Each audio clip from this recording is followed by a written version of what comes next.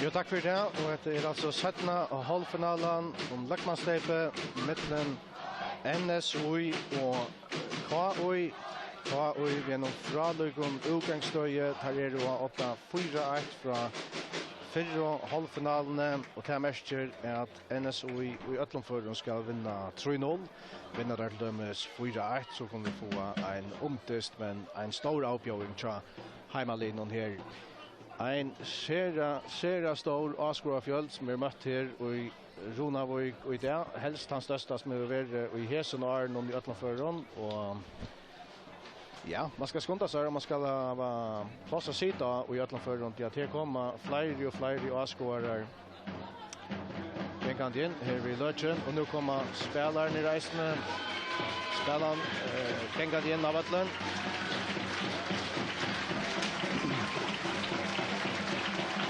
Og tar manna heima lige og i det Simon Rekki Hansen i Malen.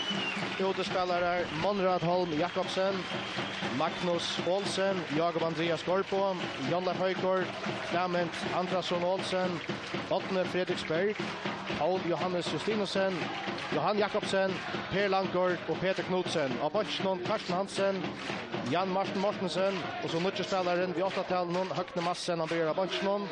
Nummer 3 Jannik Mortensen, Jannik M. Olsen heter han, nummer 9 Hans Marius Davidsen. Så det K. i Malen, Christian Johansen, nummer 2 David Langgaard, nummer 3 Isak Simonsen, nummer 4 Jonas Flint Rasmussen, nummer 6 Sørmundur Kalsø, nummer 8 Johannes Bjartaløy, nummer 9 Pott Kletsker, 20 til Jalgrim Eltor, nummer 14 Taurur Justusen, nummer 20 Majova Ali, nummer 22 Semir Hatsibulic. Det här märker alltså att Ahmed Mudragic som vanliga spelare i världen i Tjakaoi, han alltså fri i hoppen om det.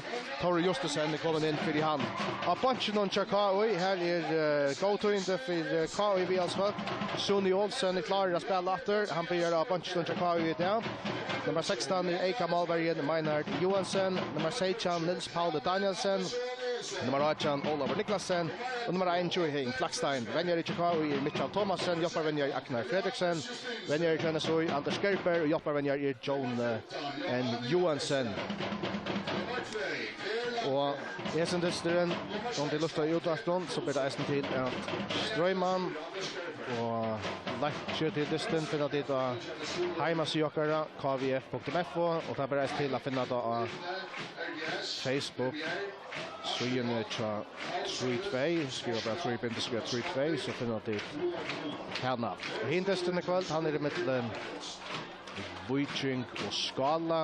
Han får vi eisen å si fra i utvartgrunn, han får det skifte midten, han blir klokken 6, og da blir eisen til at strøyme han, og lengt til tantisten i somleis å finne av heimasøyne og Facebook. Det blir NSOI som skal begynne dysten, til å bare standa Johan Jakobsen og Ottne Fredriksberg. Og vi kommer nok vanta en offensiv utgave her av NSOI-linjen. Der skulle altså nian at skjøtene ikke mål, så vi kunne vanta noen underhold fra begynnelsen. Og det ikke bare som man sier at vi senest landskapet i dysten, det var ikke skåret imot K.I. og i skjeit dysten. K.I. og i alle bedler fra Eppmann for inn, og tar litt inn 4. For vi nanda Jans Bjartaløy i rett rom, så er det Skallaver ut fra. Det er Monrad som Skallaver ut fra. Sørmund er ferran ut i høyre søy og tatt vi i backlinjen for han ut. Ja, og nei, NSOI er halvt han inne, og så fer åttende bøtten. Han setter 4. Her kommer K.I. rett rom, noen takler han, og han fer det av. Innkast til NSOI, utgjør venstre søy. Han er 20 meter, 15 kanskje fra midlinjene. Det er tidlig. NSOI er varvet av bøtten og Eknar i halve, men K.I. er gramme rett ut av mot bøtten for Telater. Nytt innkast til NSOI. Vi kastar inn mot mine etter til Peter Knudsen. K.I. er kvar 18 meter i en takling. Johan Severan ned ut i høyre søy til K.I. Det er 8 netser, men han fer fram igjennom. Han er nekk for NSOI er rett sær, og så vil han nest taklaver. NSOI er litt av bøtten igjen mot Clement Olsen. Nå kan han legge på fjord. Nei, han misser bøtten. Jalkrim Eltor hever han så. Inn i NSOI halvlig, og så gjør NSOI fryspark.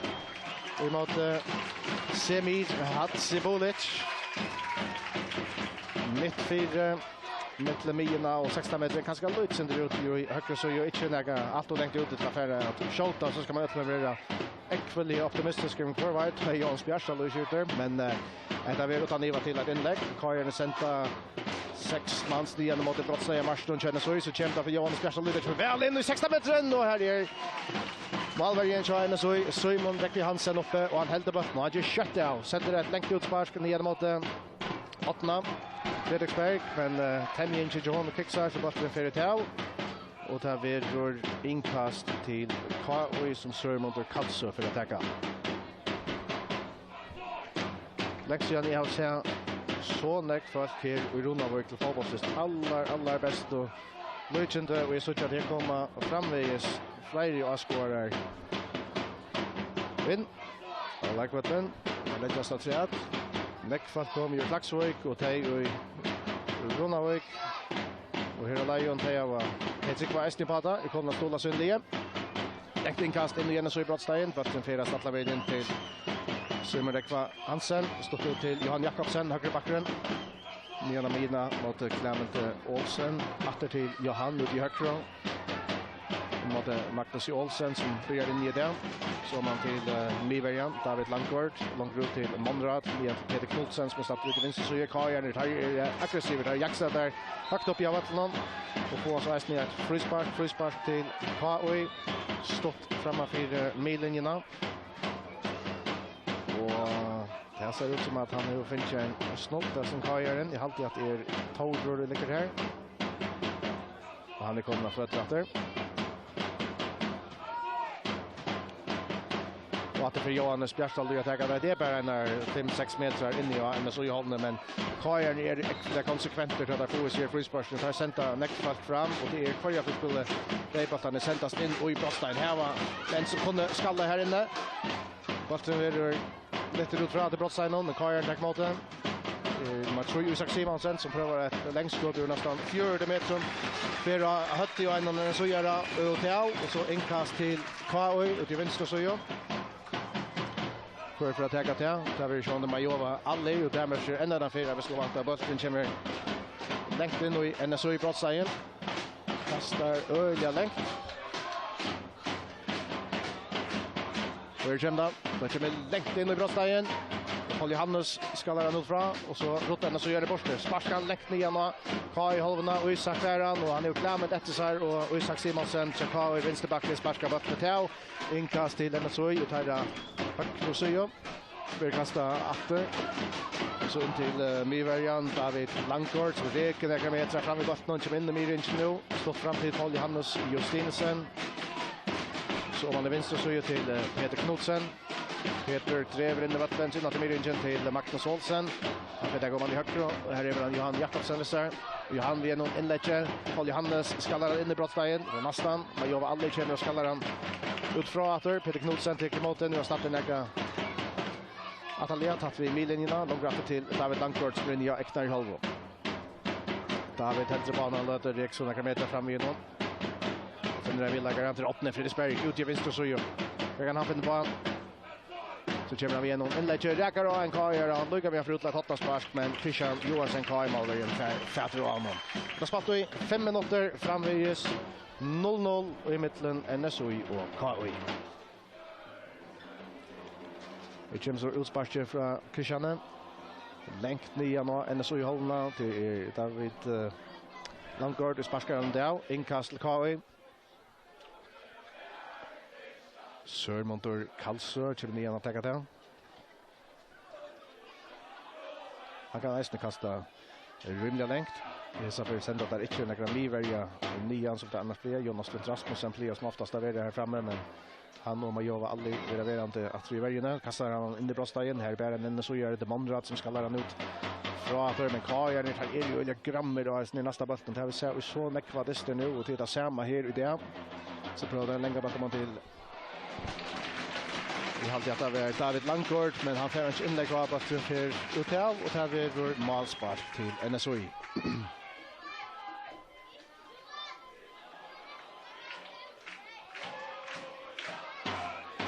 Kommer utsparket från Christian Johansson och hade Paul Johannes Justinsen som skallar av vidare men det Kajan som vinner på nästa bollen. Det som passar fram med för hämtan. Jag hade en very färdig out till att hoppa spark men här är Svimmer räcker för kommen om man. Sparskar så som tror frågor. Det är nog rätt att igen Kai hålla men Isak skallar det tog. Det är Tauger Justesen som man kan släppa från vidare men så gör de Magnus Olsen för så till Peter Knudsen. Han kör in Kai hålla. Man finner 8. Peter Färens åter Peter Knudsen. Till Paul Johannes med god tackling från Jalkum Jetter stäcker Hässon. Kai på bollen. Men så gör de vinner åter. Markast Kai i brottssajnon. Är det Johan Jakobsen. Kan så de går ut i högkro. Så det blir ett inlägg och det är man jobbar alla som skallar nog från. Vi tycker Jalkum Jetter emot det. Att David Lankord så sparskar han ner den så jobbar på plätskar det emot det men Hemjen change hon och kicksar och bara för det här till en så inkast. En några meter in i Kai hållen.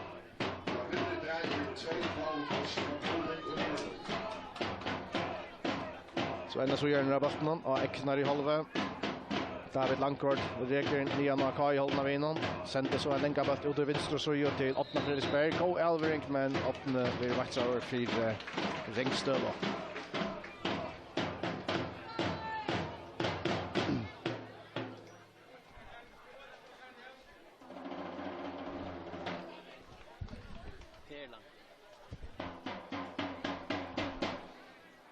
Ja, nu har kallat för David. Det är så att han själv vill ta Kai och bland annat det Per Lankord känner så sånt. På 39 och så i hållna men där sent han returrater. Klämmen till han. För det där vill inkast till Kai.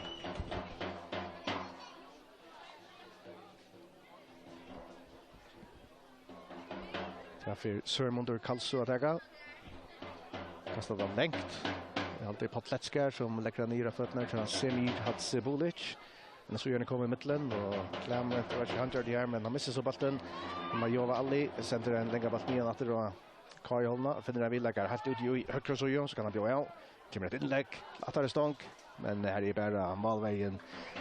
Så i Rekri Hansen och Anka Tropelägger har loftat här som bollen och spelat i 90 minuter nu. Framvis 0-0 i mitten. Så ju Kai.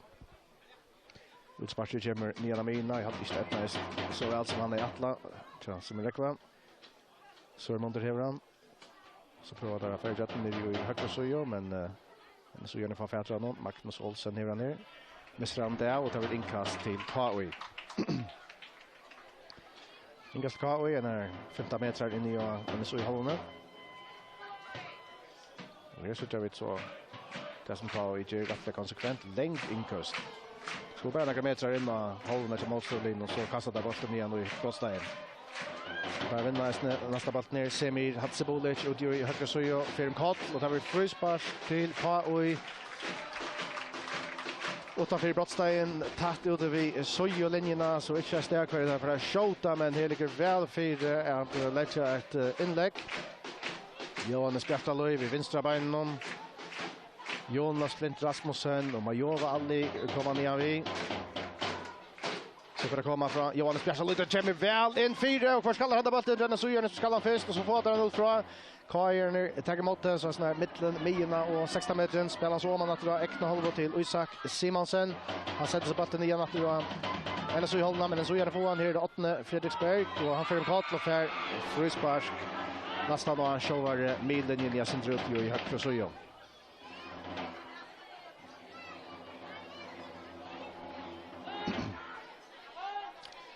Magnus Olsen tar det, stått till Per Lankord. Så den så gör det bra av i vänstra söjo till Monrad men Karin kommer till en inkast till NSO stått till Peter Knudsen. Här är nummer 5 Jakob Andreas Gorpo som blir in i den. Vi ska gå hem igen från Johan Jakobsen men tar få ett inkast, men så gör nu ut i högra söjo. Bänt vi själva midlinjerna. Kastar han till Per Lankord.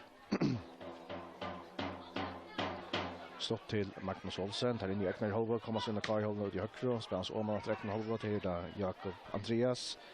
Stått till Per. Ut i högra till Monrad. Venstra. Monrad. Kai kommer in i en tackling. Så tar bollen igen mot Patrik Kletskar. så blir det inkast till KOI stått in i NSO i halvene. Och så kör vi att det är för NSO jag till en spelare skatter till Peter Knudsen. Så ser ut det här vet. Det är nu spalt och i kött 12 minuter. Anchemal kom igen vid Löchen och Ronavik 0-0 och i mitten NSO och KOI men det KOI som är en trivelig last från förra halvfinalen där vann man 4-1. Längt inkast från Sörmund Karlsson igen mot Brostøya Marston. Men så gör ni få lite näka ut från men så tar Kaja ner mot det. Ska han sen åter till Jonas från Rasmussen som är näka in i NSO i hållne och hötte till Patrik Kletskär skallar den ut i höger så till Semir Hatsebolic som kommer vid inläggen. David Ankor skallar av och gör det från Patrik Kletskär. Och för så men så gör ni har vi kört lite rota heta borsten.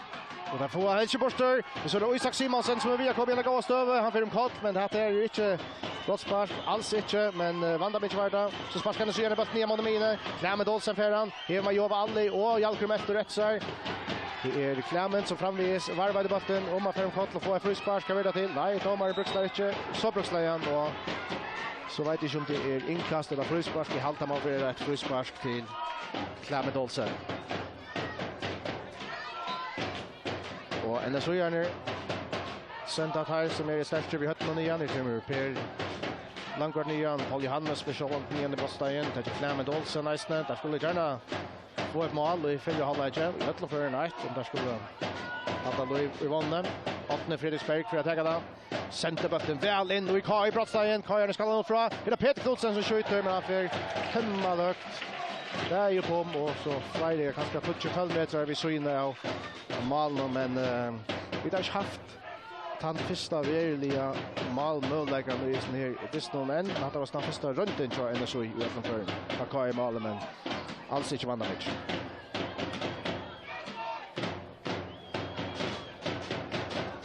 Christian Johansson för att ta målsparken. Det är ett gott målspark som läckt in och NSO i hållna.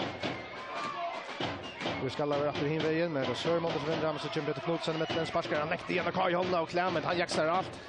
Det är så Jonas Rasmussen lite för Kai är snett fighter sätter bollen och ska lägga den efter till Christian Johansson.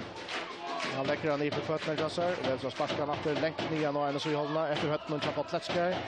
Men det är Monrad som vinner hantan. Sörmund det pekar nästa i halvtid skallar han ut det och de har blivit med så inkast där där snett. Där vi gör Monrad och täckar stått till Paul Johannes. Paul Johannes sparkar han högt nian och Kajholna. Jonas Rasmussen skallar han retur. Det är där Patrik Kletskär som här bollen med in i NSO i halva ned i höger så så är det Norrland startar i här om bollen men så gör det vinnan för så att sända ut i högt så i halvtid känner Elvins ett så väl som det Atlant. Den drar finna Jan Leif Højgaard som börjar in i där känner så i det är några brötingar alene. Här Nuccio som heter Sachair och Jan Leif Højgaard och Jakob Andreas Skorpo som kommer in. Lektingkast fra KOI. Man är om man sätter en vänster så och Per Langård sparkar han inte borster och så får Paul Johannes ta nästa och så sparkar han ner med Kai Holna. Första för center Jonas Flintan hinvägen efter och för kanske väntan. Det ser ut att det Kai är som har fått honom. Ena igen så håller ut till vänster så Jalkrum och nästa på Johan Jakobsen men Johan får foten och han får till inkast till KOI och så är det inte att ha man jobbar alla ner när vi kastar in i Brostøyen i chans affär. David Langård tar stort till Isak Simonsen och han är plåstad lite inlägg till Gerans Weissny av Potletskär och så skjuter Kaja ner med Räkkainen så gör han Johannes Bjärstad och tar vann mycket. Räkkainen så gör han bollen för Teo och där blir inkast till KOI Alive i Brostøya matchen tror jag så ut i hög och så gör Sörmund Karlsson till att ta det och tar och sett fitta fältje in i NSO i Brostøyen. Jonas Rasmussen kommer igen så han kastar längt efter hötten till Jonas och han skallar han vidare. Kurven hämtar andra check höjer och så sänder han in i 5 meter där och sparkar bort till alltid Johan Jakobsen. Det ska ske det vant i Eisner Summerek vi har Bjärkans ner men det var när vi valde och sen så gör nu om att kommer tropläggare här Jonas Bjärsalöj för in i Brostøyen lite så på tvärs och här är det Paul Johannes som skallar han upp fra och man måste söja in i högt och här för Sörmundur tar han bollen in i night att göra inte och om att han räcker det ut eller så i masspark och så väl bara sparkar han där så det blir Inkast till den så i tatt vi hotna flagget tjadamon. Och till ut i vänster så ju känner så i. Monrad för att ta den.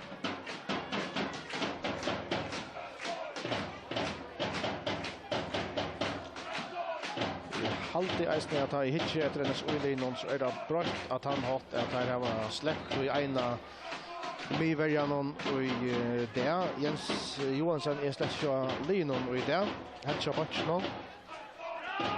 Og alltid han lyder så lesner at Monrad er ferdig ut å spille. Monrad Holm Jakobsen er ferdig ut å spille venstre bakker med han tar by Per Langkort och nummer 5 jag kan just gå för kommer in i vägen. Så KOI efter den sitter att alla begångt på Plätska från kort frispark till KOI. Väl in ja NSO i halvfinalen ut i högre så Johannes Bjärstad för att ta till. Och jag var aldrig och Himi Vergen Jonas Klint Rasmussen kommer igen i 16 meter till NSO. Här är flera som får väl skalla så med det kalls på Plätska. David Langkort kända och det kommer väl in fyra och så är det rätt kommer ser det väl ut en så man vargen driver där helt resten bara väl och jag har något för 0-0 i mitten än så i Okao Monrad till Paul Johannes Justinsen stått vidare till Magnus Olsen i Brom till Jakob Andreas går på reker in då i hållarna spelar som han högre Johan Jakobsen han kan lägga in läcker man inte kötta av väl så helt det att släppa sig fram vi och han är om att komma in i brottstegen Kajerna sen det passar över här men så får där bollen av honom Jalkrum sparkar han borster Jakob Andreas tar emot det här och tar halt han in han skjuter på bollen Per Heveran och så till Magnus som akkurat kom in i Kajerna i rum i vänster så ju till Peter Knudsen som är väl linje Kai Holme vill så stäcka långt åter till Magnus till Monrad pressa över Kajeron så har man väntar det in i halva och vi att renna om man efter så spelar bollen helt om man till Sumrek och Hansen Malverian som är i brottstenen han lyfter så ner efter och Kai Holme Johannes och Jonas Klint Rasmussen är här det ligger som kvartsvänner och så är det och Harler vi Clement Jonas Kompo Richen och där free sparklen så jag meter in i Kai halvfinalen ut i vänster så ju och det är långt tid där skiftar så ju och man i högre så över bollen till Jakob Andreas går på han kommer några meter in i Kai halvfinalen slänger bollen ner mot Clement med bra tackling här från Majova Ali och så kickar Kajerna hade på Plätska som lyckas vi sända Ja, jag tyckte att man Fredrik Bergast han ska släcka bollen natten men fel över men där får bollen där så det var inkastlen så i det långt tid Peter Knudsen för att man lägger väl en fyra. Men det Jonas Klint Rasmussen som sparkar bollen bortstratter Monrad tar ner det. Röjna lägger bollen in efter 16 meter men vi tacklar och så kommer Semi Hatsibulic här och sparkar bollen upp i luften och närmast milen nu. Per Langkort vill sparka den eller finna vilja sparka bollen men till Kajerna ska in och tackla och vinna bollen. Och för så sänder det Jonas Bjärstad men han vill varit över för Rengstöv annars var han pura free av emot en Malverian och Simon Rekva Hansen med allt det så rätt ut Rengstöv Bruxla här bara låt det långt teacher så pratar han länka bort att det är en center i alla fall går det här vill Rekva fair men akkurat och längt och så vänder in till Tishan Johansson på Malverian så sätter han länka bort igen och en så i hållarna Magnus Olsen vinner han och åttende fjärde steg ut i vänster så ju. Och så prövar han att lägga bollen väl in i brottstegen. Och här är Janne Föjkord och fast mot Paul Johannes kan han skjuta och räcker han skarpt men till resten tror jag att han blir tacklad och själva skott runt gott ända så ju alla upp här.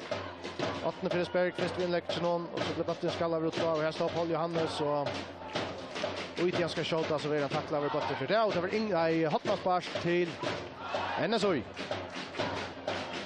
Här sen fitta fallet fram.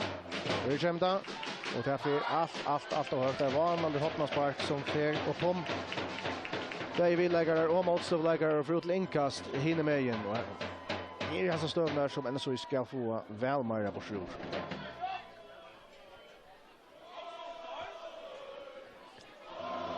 Man jobbar aldrig för att ta det här nere vi en så rätt hotmasspark men han kan kasta den bollen över 20 meter så pressa kastar han. Vi så ju den ner där gör han. Men så gör det vinna men han får ut här och där blir nytt inkast till KI.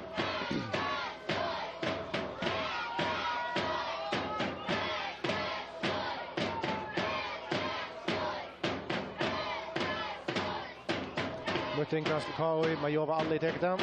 Och att det kastar ändå längt nian efter. Men så gör ni skallan nian till KI-hållna och så lite där attor innan en så i hållna.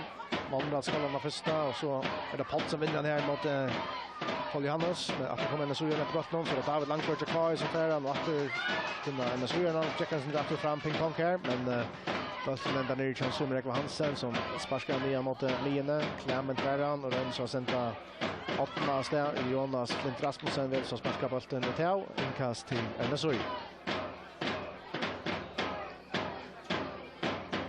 Och det är teacher till slott till Paul Johannes. En öppna åttna men det är en Arkutman Kajara och Richmond. Paul Johannes färran efter.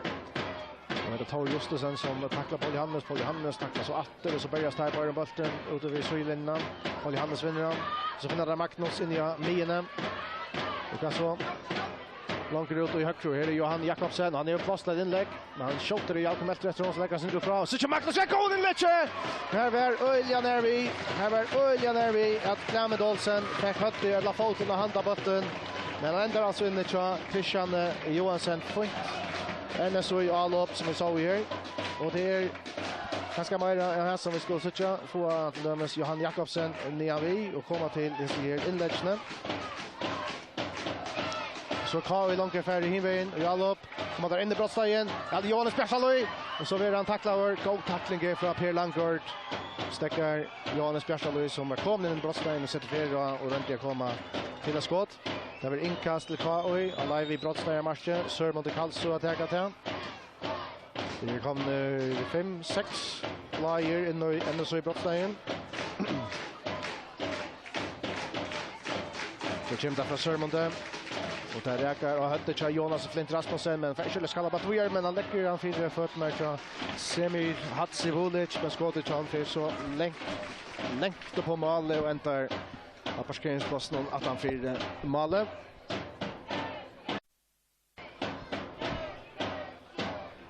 Semir Hansen för att täcka målsparker 24 minuter för 0-0 i mitten NSOI och KI.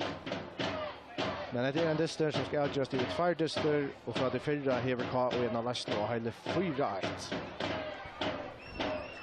Masparsa teacher och ska later och NSO i hållna. Så lite NSO gör några nian efter och KI i hållna. Sen det klämment. Och en ska man göra till åttna men det KI är vinna men tackvarskan till Peter Knudsen. Och den är finna på Johannes här NSO gör men han sparskar nian efter NSO i hållna och så blir Bruxla för frisparker och det är till KI. Näka in i att här är äkta hållna.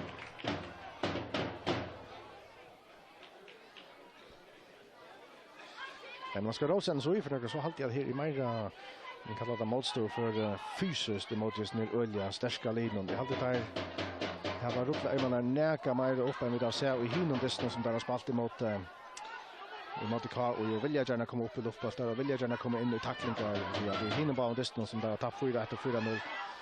Här har det slett inte för vi och det fysiska men det är alltid där i mer det. KA vinner inlägget och kommer in och igen så i brottstegen. Per Langford skallar han upp från och det är inkast till KA. Inte så långt från hotna flatchen och det högt så ut KA. Så mot Karlsson för att kasta den.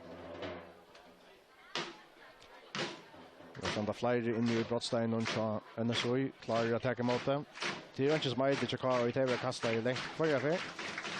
Och kommer resten väl in i brottstegen och här är det Jonas för skalla vad gör det och så Pottler och får där så skottar till han drätter för fötterna och Semir Hatsivulic men det är som att han drätter och själva skottrantene till ja helt an balansen så var det en stor möjlighet till KI hvis jag ens skulle skåra på men att det är nästan drätter att det själva skottrantene så får han alltså inte på sjur och skottar över vakt och därför väl vi så innan målen.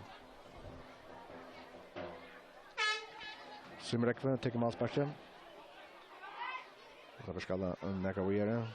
Det finna Klämment men alltid Jonas Flint Rasmussen som sparkar bollen mot det och tar över inkast till NSOI. Stopp till Peter Knudsen, Kajan Arkutner, Semir Hatsivulic kommer tackla han bollen för det och nytt inkast till NSOI. ska börja sen bollen här och tar vi frispark till NSOI. Några meter in i AK i hållen ut i vinst och så gör tapp i så i linjerna. Här ute som utskiftar nu till NSOI-sidan. Och NSOI är nu tar välja att sända näckfalt fram. För att inlägg här. 8 Fredriksberg för att komma vitt då. Vi är en 6 mans kommer ner vidare med väl in 4. Jonas Flint Rasmussen Hackster skalla bollen nu framåt. Och så snittar Kajan in så gör det för vi fotlar fel ut i höger så gör till Johannes Bjärsaloy. Han kan sätta flera där Jan Eisner. Det så att stäcka ska stå till Sörmont. Men så gör det kommer till sparkan igen av Kajan. Jonas Flint Rasmussen och man åter till Johannes Bjärsaloy till Jalkrum efter. Faller flatt till 4. Där kommer så nummer 5 Jakob Andreas Skorpo och sparkar bollen där och hotna spark till KI.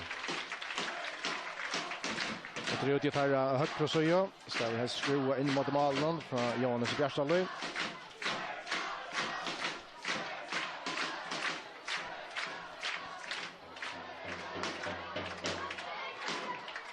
Så för det komma Nick fast kom in i en superstar där Jimmy tatt in där målen och det är Paul Johannes Justinsen känner så med Haxler. Bollen ligger på utanför brottstegen här i Jalkrum men så är att Paul Johannes är där. Han har måste säga väl kommer in och är så här närdest när han tar trutchar i en här.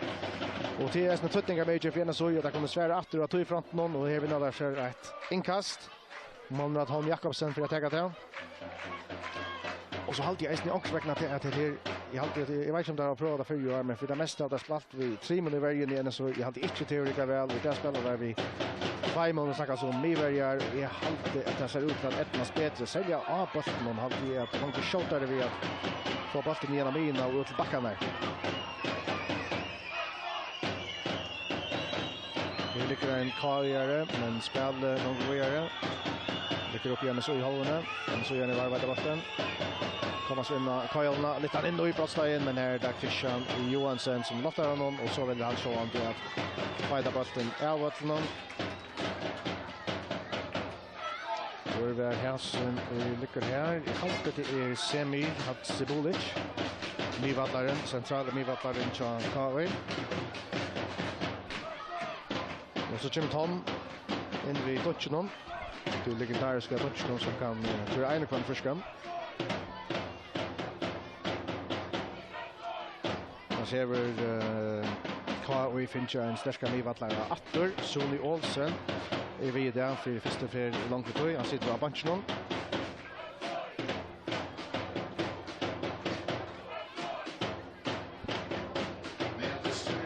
Men han haft där näka Semir Hatsibulic. Det kan vara att han är utskifter. Det ser inte gott ut för honom.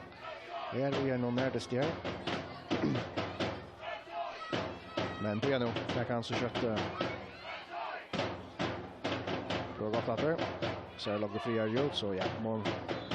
Vi får hälsa så kan att han blir långt och måste binda sig väl. Och är det så gör ni Cheva Kajarnum bollen efter. Christian Johansson, KM över in ständer vi innan. Vi har spalt i halvan timme, framvis 0-0 mellan KI och NSOI. Och då får hintes till nästan börja för jag löter och man är börjar. Så vi får skifta sin i mitten och i utvarten mellan Tantisten och Hentan. Alltså hinna Hálvfinala mellan Viking och Skala. Men vi tar fram här om till hitcha av Strömmen och Chakon. Om det lusta och ha ihop till att finna till så kan de färra under hemsidan chakon.kf.fo här finna till Atlanta. Där finner du resten av Facebook-länken och True.3. Ingast till KI och det kastar där väl in i brottstegen till NSOI. Paul Johannes är uppe här. Jag hade han över väl i det. För hemmalien. Vi har special here in the backline ut till Semir Hatsibulic sender brottstegen Marston. Jordan shot där i värld kommer kanske läsa skott. Det är så spelar ut till Sömer Karlsson som så lite in i brottstegen och här kommer Simon Rekvi Hansen och han helt till bollen. Stått ut till Magnus Olsen. Det kanske ge något kött över. Jag hade Magnus Olsen och pressa över. Men så gör det nästan pressa sig själva.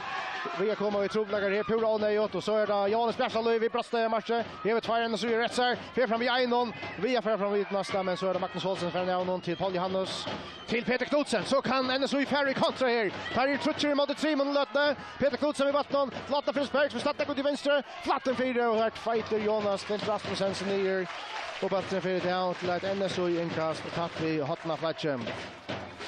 Här skulle Atlan Fredriksberg finna Janna Bulten in i brottstegen till ja alltid vandrar mycket Clement Olsen kom in där vi fotlare för men inkast för att så istället för det.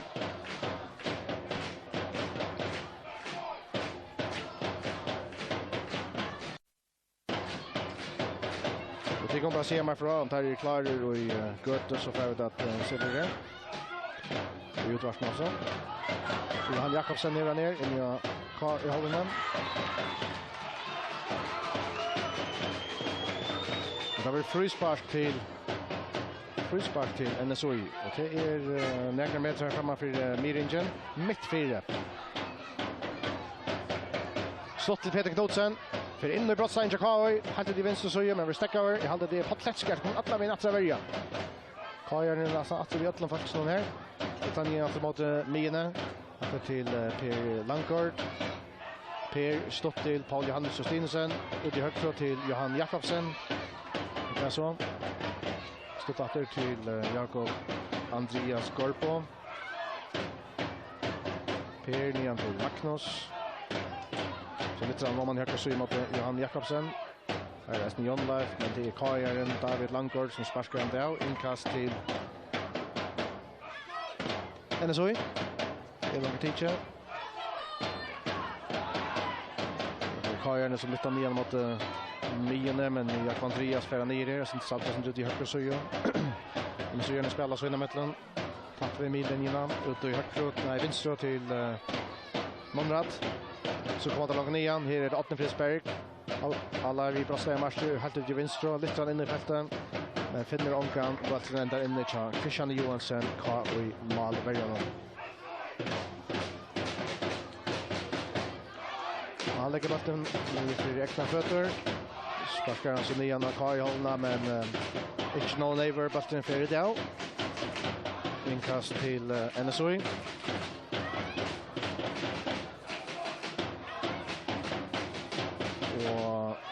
Jag vill faktiskt ner mot Clement Olsen. Jag har ju det kan alls inte allt för en gänger så det är att kommunicera med öron ska se det när vi utvarsnar så skiftar det så skiftar det bara. Jag skift så jag har ju det kan så lite. Det går bara skifta mittlen i shower. Men så gör ni lite så fast den nya natter och innehållna.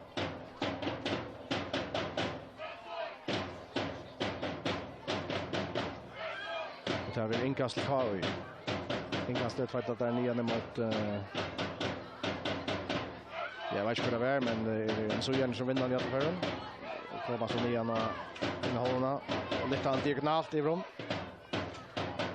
Kunna Clement Olsen, men Kari är i Estbaren.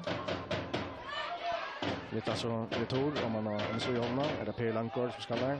Semir Hatsibulic till Johannes Bjartaloi. Ungefär så. Man är vänster till Sörmund Kalse. Och det var alltid inlägg för honom. Och det var malspark till den så i köttspatt i 35 minuter. Och framvis 0-0.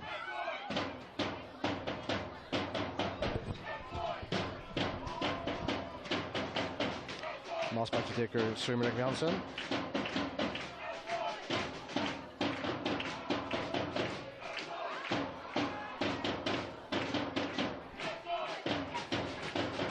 Pletskar. Till Johan Skärsalöj, men så gärna kommer i mittlen. Kläm med kan vid natter. Men det missar bollen. Jalgren. Semir.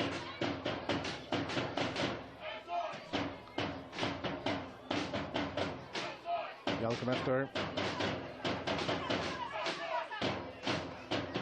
Han finner Semir Hatsibulic. Atter till Jalgren efter. Och om man finner ett inlägg här, men där vi blockerar och där vi inkast till KO. Inte så länge för hot of lights nu, så för att det helst att vara in i brottstegen.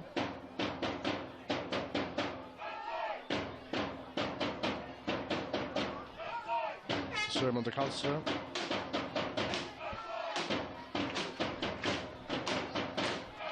Det kommer väl in i brottstegen. Och han skallar han vidare. Det är Jonas Flint Rasmussen. Men Kajan får inte nästa bollen. Just det är den så gärna med han. Jon Leif. Och så kommer Jalkur med tacklar han där. Inkast till NSOI.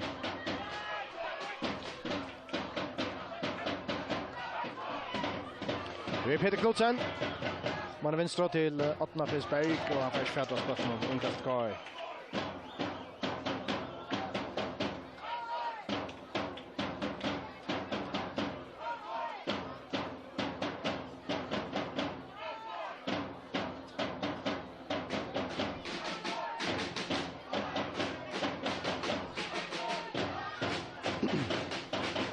Semir Hatsebolic, men välkommen att Paul Johannes Justinsen som i halvtid spattar en gående för så här till 28 och närmast någon av skalan nästan väl vill att han starkaste spelaren kan ta någon. Jag har nu sett sig i droppen här där.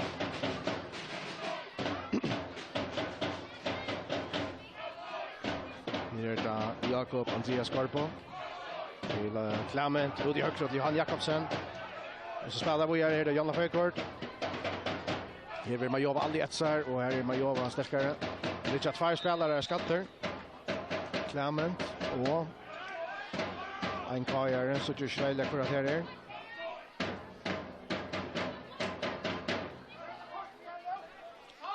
Schmatt är Tor och just den ganska läckre. Nej, jag tror Isak Simonsen. Jag ser ut att här för att klara det. Clement och Isak. Ja, framvis 0-0 här i mitten NSOI och KOI vid köttspalt i 8:32 minuter. Nu ska det mål komma här i gott och så kan det bara skifta över här efter men här framvis 0-0. Vi har inte haft så stora målmöjligheter till det strujas faktiskt bara in hade vi komma fram där upplagt och målmöjligheter en jävla dystur som så här till. Och här en löta kvar NSOI har vi mer av bollen. Alltid som skulle tälja sig halvfinaludystur som man kallar det. Så är det KOI som har haft flera av timon. Men kvartje malvarien haft en av verkliga björkjen i fyra halvlands. Frispark till KOI ut i vinstra Føroya. 2-3 meter in i NSOI-hållenen. Semir Hatsebolic och Jalkum efter standard till varsån. Det var Jalkum som ska ta det och det är sent för att falla nian så ända för vi en av såna länke varsån som KOI toar neck på. Och efter för vinna den första bollen till alltid så sätter Magic till för ganska finna den nästa och så gör det detta in och brottar in KOI och för svätra honom. Det lyckas som kvartjen men han en så gör på så ut från brottar in honom. Jalkum efter här ner ut i vänstra så gör. Det var där en mot en träffas in i bollen. Stackar då. Sen drar till Isak Simonsen, står till Semir Hatsebolic, ut till Jalkum efter åter. Som ut vid sidlinjen åter till Isak. Kajan håller på bollen nu när det och Isak har vänt så och kan sparka låman att räkna halva till Majova Ali. Och Majova Ali genom länken bollen. Och till Jakob Andreas med ner så är så. Räcker sen innan pura cool. Vi är till Peter Knudsen till Clement och så finner där Janne för ut i högra sidan. Och han slänger går i allring ner mot Peter Knudsen men det är en super tackling här från Majova Ali. Majova Ali sen så bollen lägger igen. Från Patletskär tar till Milinna tar ner vi är till Semir Hatsebolic tar sätta en kontra igång till och där sitter Føroya Kajarner. Där ger det resten Sir mot Karlsson kommer här. Finner några vidare ja finner Johan Special för så bara åter när ska spräcklinne. Läckra så en fyra plattare stång och är några här. Ja, här är Jalkum efter och han är alive i brassa i match tatt vi backlinna ut i vänster så ju. Och en kvartal inlägg där Gerard så isne men till inte något gott. Så med Rekli Hansen lofta bollen. Fjörd not partner Stövan 0-0 i mitten NSOI och KOI.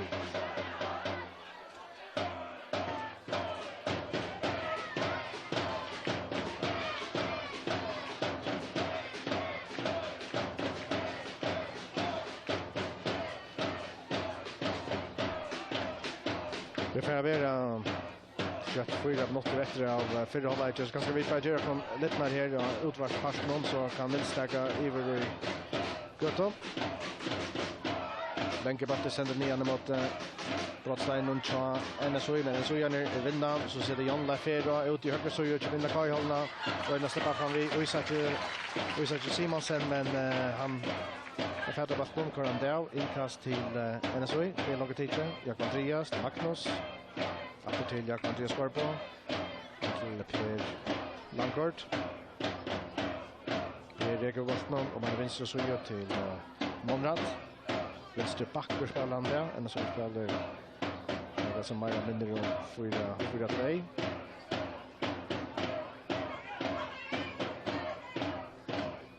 Finnes så Clement, nei til Jan Leif.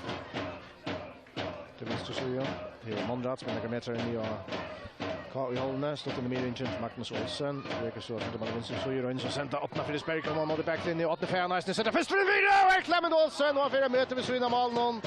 Største NSOI, Malmö-leitjen, og i det er ganske største Malmö-leitjen i dysten, og han vil takle over, han vil blokkere over av en og næsene, så det vil Hotna spark til NSOI, godt innlegg fra Åtna og Clement, som alltid søker bøtten, og her er en Erby. 30 minutter etter, 4 halvleitje, 0-0. Hotna spark til NSOI. Vi klemte, og atter, fyrta og lengt, og just som i Janne, vanlige kvaliteter av Hotna sparken fra NSOI, og at han moder på til bedre om det altså skulle innatryge seg oppkjørende til Håstad, framvis 4-1 til KOI.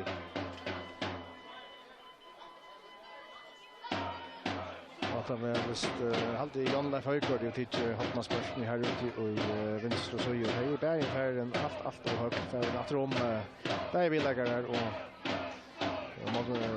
och karriärna. Och för att Jalkar efter ut i vänster med bollen till Favin och för ut och där blir inkast till NSO.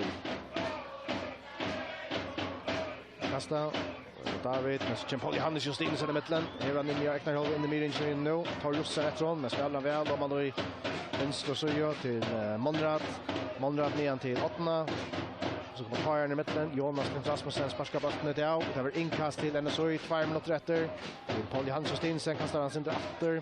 In mot minen till Magnus Olsen. Och han spelar en goda boll om man i högra så gör till Johan Jakobsen. Fin avbring här från Magnussen. Jag måste en och ner. Lars Backman drog fra til Magnus Atter som gjør oss til. Der øyne finner plass til innlegg, sånn at Sutsjevansen i Brottslein og boi etter. Magnus ser ned, så kommer de til vanalt innlegg. Bankt i føttene av Semir Hatsibulic. David Langkort hever han så. Langt etter Kajolene. Hjelper en detalj her. Færbalten av føttene er til Johan Jakobsen. Og Backman for Tau. Innkast til KOI. Til en meter fra midlinjene. Nå er bare 1 minutt etter 4 halvleitje. Och i så måte kan man nästan säga att 4-1 nästan tror jag och hon hade sig väl. Kai har gått hemma allt för som gång för sig här. Men så hötter inte Kai mal Lonek. Och 0-0 där kommer traction där så under väl vill jag leva vid. International time när så då några mål där. Inte ännu att för. Ut inkast till Kai, Majova Anli och till live i mitten ut i vänster så gör. Kastar den längt ner igen mot Patrik Kletskär och så är det nummer 5 till Jakob Andreas som ska vara Udell. Jakob Andreas skår på, halv minuter efter nu. Majova Ali är inte långt fram vid en inkast. Han har gått på att kasta alla vid 16 meter. Det gör inte. Kastar det första inkast ut i en stått. Så får han bara matter. Lyfter han in i bröstdagen till Patrik Kletskär. Sönder ifrån till Semir Hatsibulic. Långt ut i högre till Sömon Kalsö. Och han får fram igen så gör han så häver han reach till plats jag lägger inlägg. Hur ska det komma? Och det ger det är med väl in men den så gör som skallar han ut från. Och så för att här hinvägen Vanja like in i affären. Jag vet inte när jag lagt att säga att det kan inte vara näkt. Det är så lätt stäckt här vid vägen. Att det smaskar ut och man har en så i hållna och här kommer Simon väcker Hansen och tar han.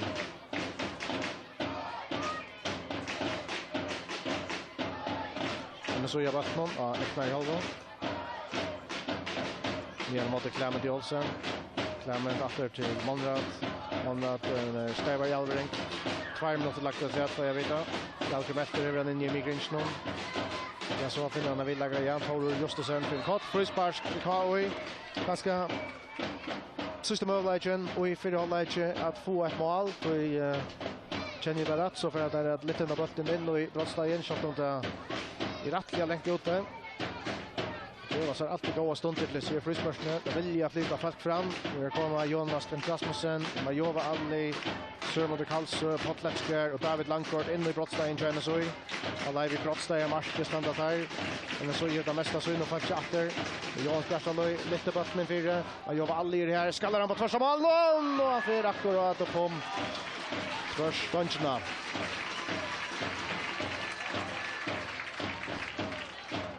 Malspark til NSOI, og jeg vant til at du ikke har vi for å sitte så øyelig det kveire her i Føroya.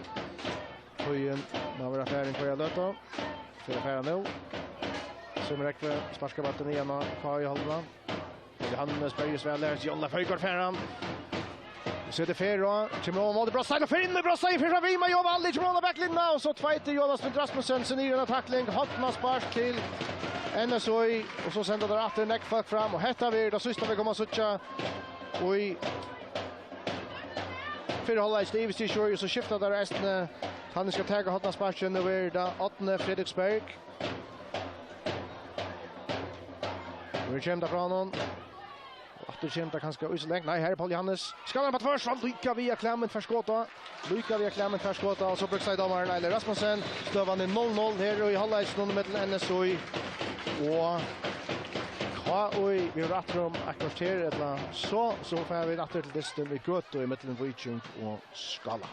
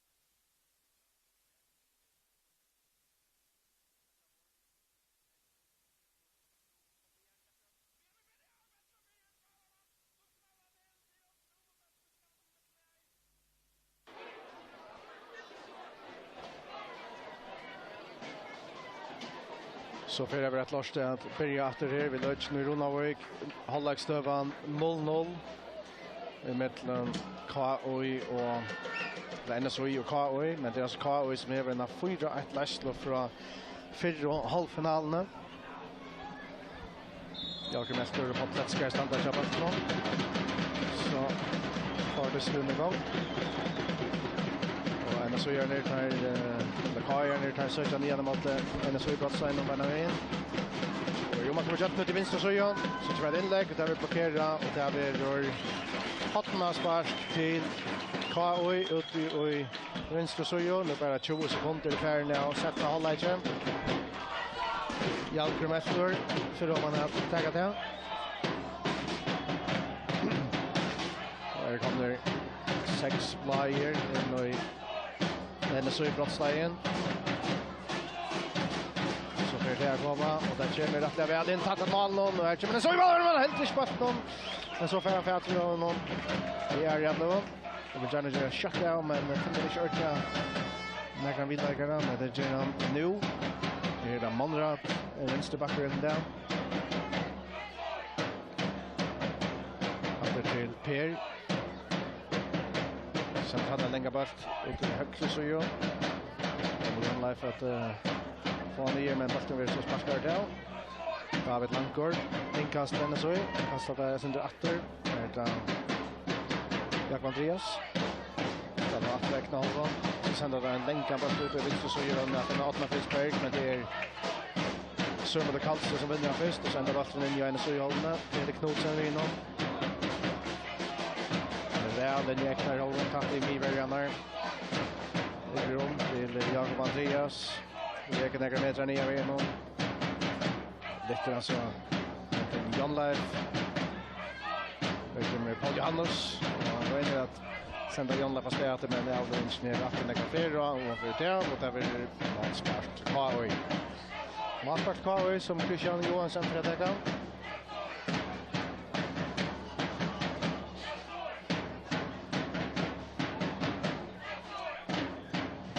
snitta sig ner mot Miene. Så kommer ett läckmålsmål för honom. Stäckar Sinter till ena midlinjerna. Men så gärna vinna den första. Bayern den nästa Torur till Jalkrym. Vad ska vi göra? Inkast den så. 20 meter från midlinjen ut till högra sidan. Magnus Olsen färran. Till Carl Johannes. Han går på han. Åter till Per Langkort. Till vänster sidan till Monrad. Så är vanlig avgång från Monrad fast för ut. Inkast till Carly. 5 meter in i en så Johanne.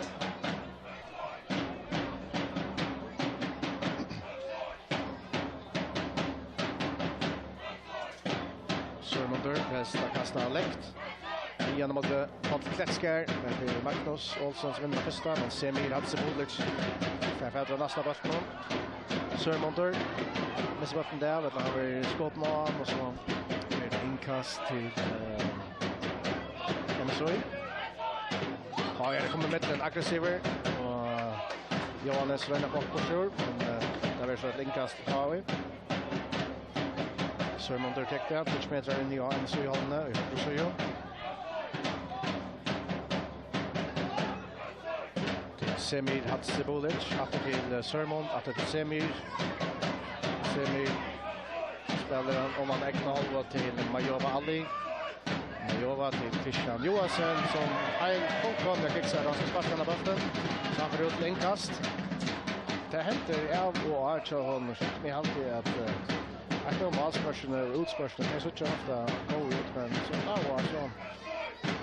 Jag kan koncentrera över det som sparkas av bollarna och så kör vi på det. Det är teacher Peter Knudsen. Kan lägga in lägger man vill. Det är känns ytterligare att chippa till bottna Frisberg som Kaj är på fältranen. Så kan Kaj se den kontra igång till Jalkrim efter, men väl stäcker här Johan Jakobsen. Och så kan NSOI fara in igen. Jonna Förgård, men släpper fram vid och så Simonsen, men han har ett hotna spark till NSOI till Terra högt och så gör. Och där man får vara upp med Fredriksberg för att ta till att vara resten. Så gör ni komma Jenny Brostein vid 5-6 mannen. Två stannar klar utanför det till Peter Knudsen. Så får han in i Brostein, sen är Magnus utanför det. Och här kämpa stått ut från till Magnus Olsen som skjuter! På ett skott från honom, men räcker och en Kajera som ställer in i varje fyra. Men så gör de varvade botten, och här kommer ett inlägg från honom. Attar stång, Paul Johannes är här, men han fer fram vid honom. Och där är målspark till. Ja, och i 5 minuter farner är Sättna hålla inte. Vi har då fram här vid strömmingsne, men vi får åter till Göte till dess med Viking och Skala, just Johannes.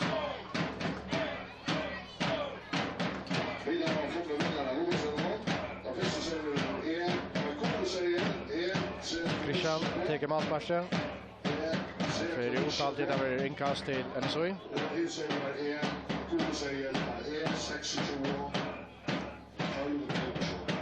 Mot inkast.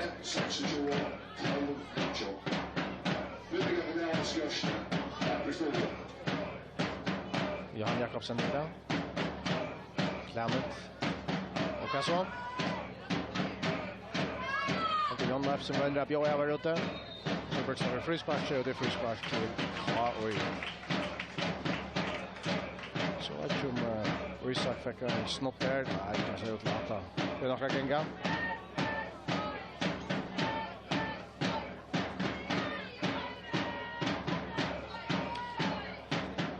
Annars vet mig av skilt. 1-1. I Göte. Dystur med Viking och Skala. Skala som kommer upp först 1-0. Så här skulle det ha för att ena målet sen så är det framåt för samma lag för en så skulle det ett mål lägga ut på vattnet efter 4 Dystur 1-0 för Viking. Här är det kvar i samma lag för 3 var det läst 4-1 för 4 Dystur framvist 0-0 här då sätts vart i 20 minuter. Man jobbar aldrig för att lägga inkasten. Så har läckt in i Brostein. Att jag tycker den så i skallar nog framåt. Ja så. Atletskär det kvalor här. Semir Hadsebovic så det är Torun men så gärna på han. Paul Johannes. Kommer till öppna Fredriksberg. Det var så länge i knabbat. Det är John Leif men Jan Kajen får vara första. Johan Jakobsen. Till Magnus Olsen. Peter Knudsen. Till Johannes. Här är det så 8 två kajar rätt så. Fer fram i Einon. Här skulle jag bara helt fram.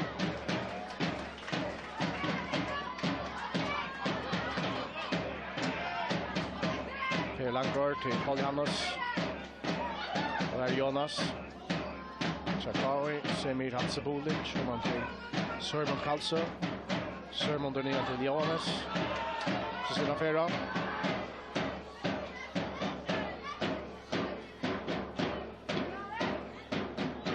Och inkast till Kari.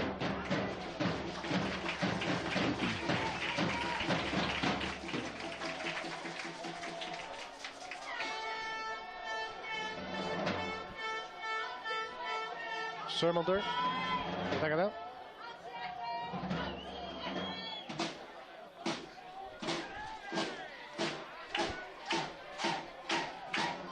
Han kommer längst under bröstlinjen.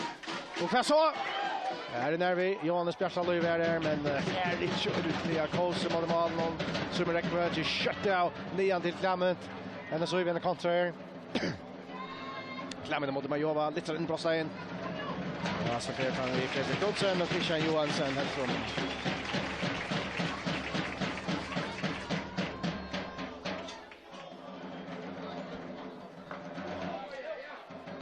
Den går först ner mot Jans Bjärsson. Vi gör det till Patrik Kletsker. För halvton inne. Nej, halvt i 20. Så den gör rätt för den. Åtta Fredriksberg. Och han vänder sen ner till Klammet men han tar teker Christian Johansson.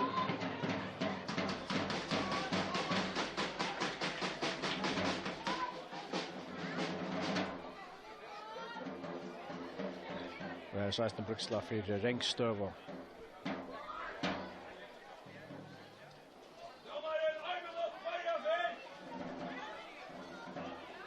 Det här bänder allt då att det är ett längt spark från Christian Johansson.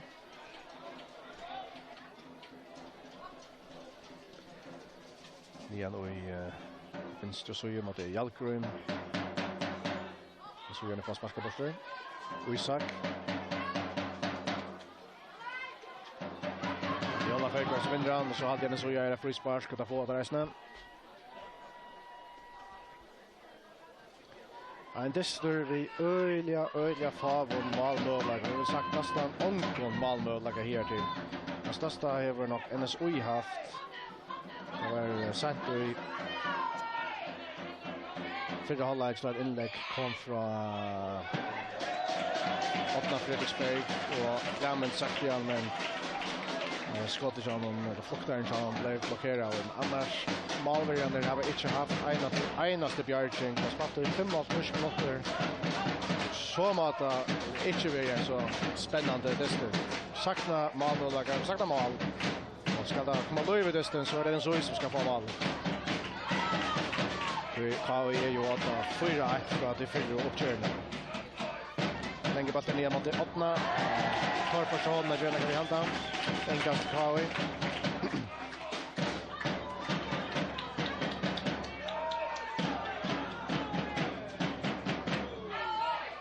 Sörmund Karlsson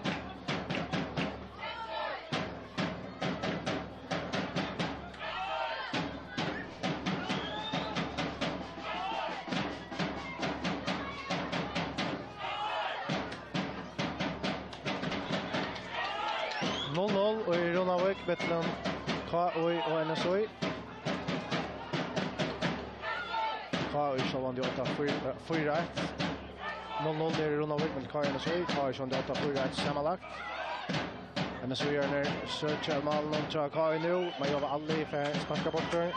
Så gör det få mot Nyvattnan. Johannes ser han ner. Stoppar gör till Magnus Olsen. För fram via en och KOI till Paul Gustafsson som han lägger av.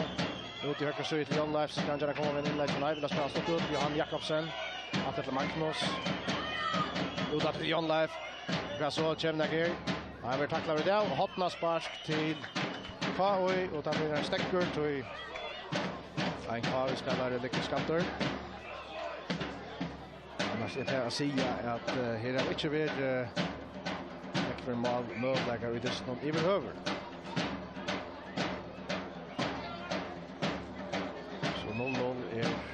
så måte absolutt rett og slett i her. Det er også sånn at så vi kan få på trusen her, Hotlandsparsen nå. Det har vært ekte tannleis her til. 8. Fredriksberg for å komme av ut. Jeg har sett litt Affelsen. Vi kommer til å ta til malen, og her Klemmet Olsen. Räkar av en kvar av en och så där blir det nytt Hotlandspark till NSOI. Skulle vi få löv och ser uppgörna så ska alla ett NSOI-mål helst komma nog så kört.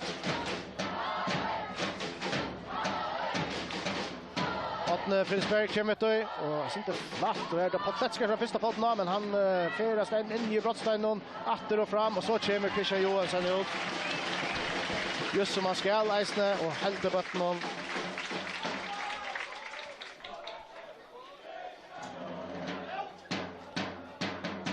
Längt utspark från Christian Nian och NSOI-hållna.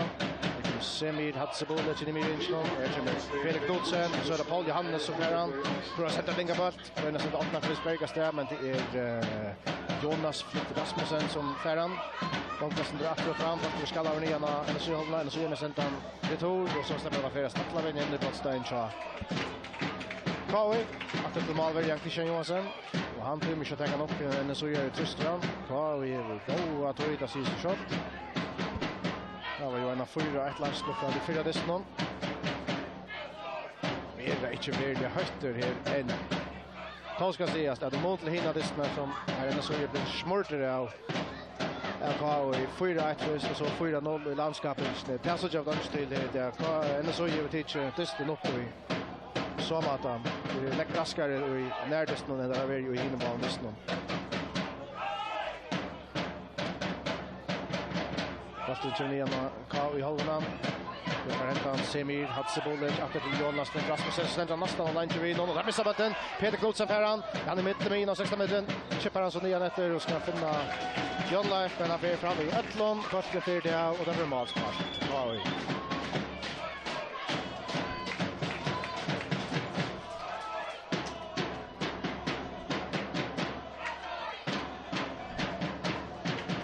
Teacher, bollen kommer till Christian Johansson. Och så fixar smash på honom, där får vi av. Det var inkast till NSOI. Slått in i Kvar i hållene. Teacher, där vill finna 8 men bollen får vi av. Och så var det inkast till Kvar.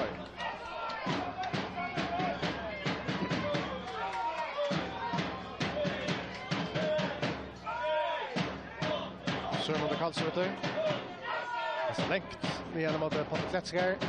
Han kommer få bollen kontroll. Han har på Johannes här men finner Semir och nästan jag special just där men som han Jakobsen med Karin vinner åter. Är det stort utanför brottstein så David Langkort och så ut i Jalkrym. Så kommer man back in där. Tror Isak och kommer 4 men är en så gör det. Där sparkar från brottsteinen. Isak Simonsen ner. Ut Jalkrym efter. Han kommer med en lägger. Det är nästan vad kommer vända 4 men han ska ta det av mål och så matchar sig direkt att lofta och han till kött av. Längt utspark nian till 8 Fredriksberg men det är Sörmonter som vinner han men en så gör det på så färt honom. Monrad till Paul Johannes vi är till Peter Knudsen som om att brotsa inom. Tjukt 4 på Lavon Trotchon. Här är Paul Johannes nu i backlinjen ut i vänster och fram honom. Och sparskar han och Jonas Flitt Rasmussen hoppar sparskar så i.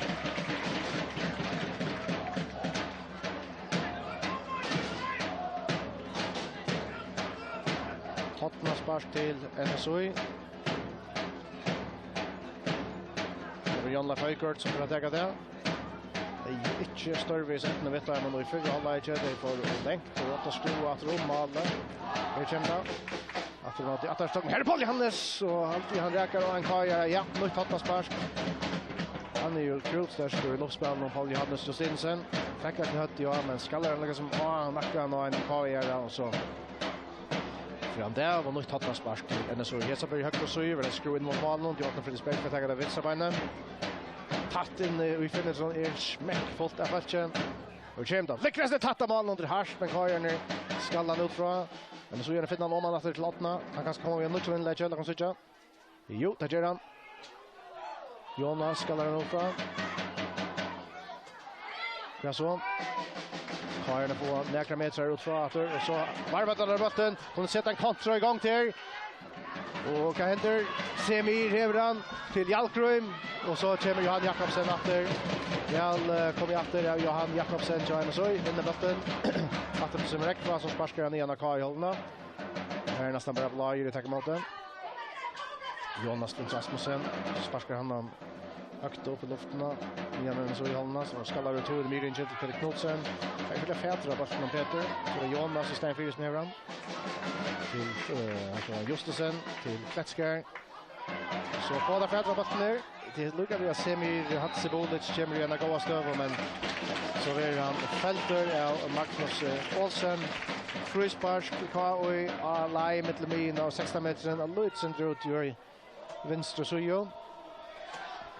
Och till Iva stod jag där för att lyfta där bollen ner i 16 metern.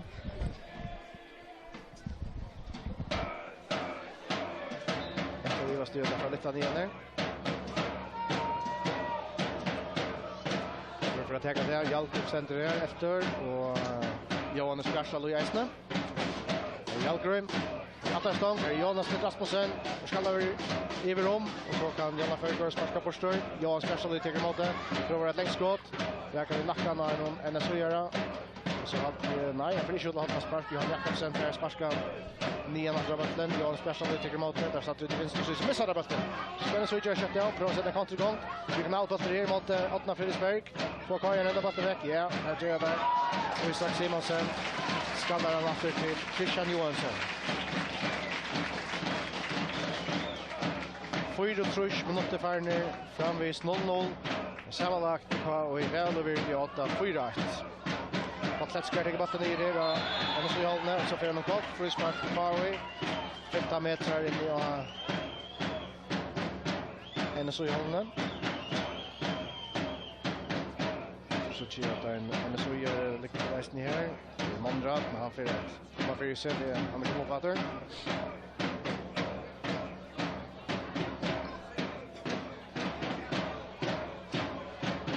Frispark och som gör det splashar för att attacka och 8% och sen är hög och väljer lägga där nian och gärna så i brottstegen. Patletskar är så av resten här så med kallt så tar vi långt kort Lekterman som kommer skalla.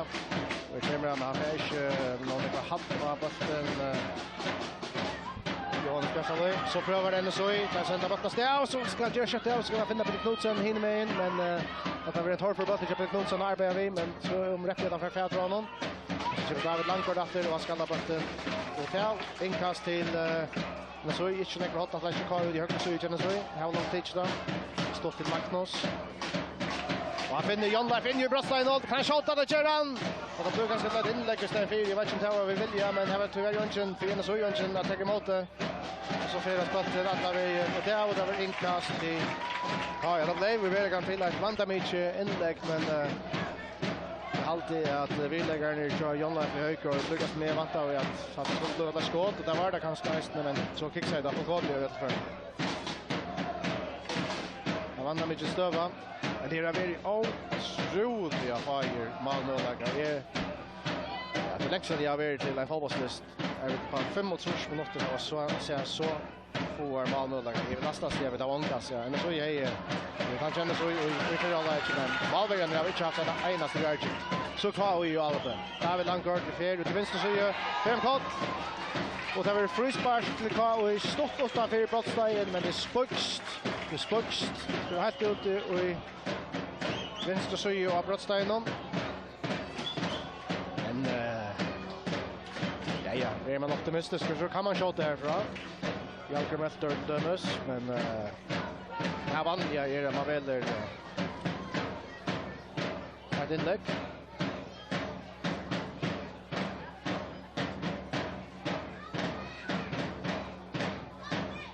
Man får röna inlägget med skott i Jalkrum. Johan Garsal i ständrästen här. Där vill han stekla så där vill han inlägget som är fyra. Där vill skallade ifrån åter. Semir Hatsebolic tycker mot den. Där Larska Sprottstein och åter. Och i högra söjer till Sörmund Kalsen. Att vi söjlen ner. Så det kan inlägget vara någon. För den här vinnläggare här. Det tar Justesen. Så det tar mot backlinje till högra söjer. Och så är det bara sparskar det. Nej, jag vill helt inne. Sörmåter tek så emot den. Han kommer en inlägger, där gör nästa, men här ser bollen fel och längt efter om all och där blir målspark till NSOI.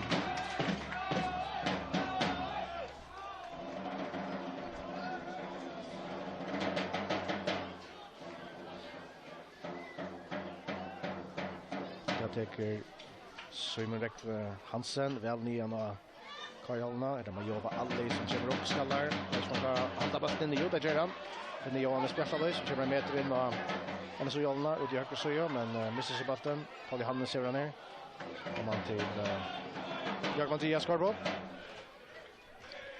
I högre till Johan Jakobsen. Han in i midrangen till Paul Johannes. Långt efter till Per Langgård.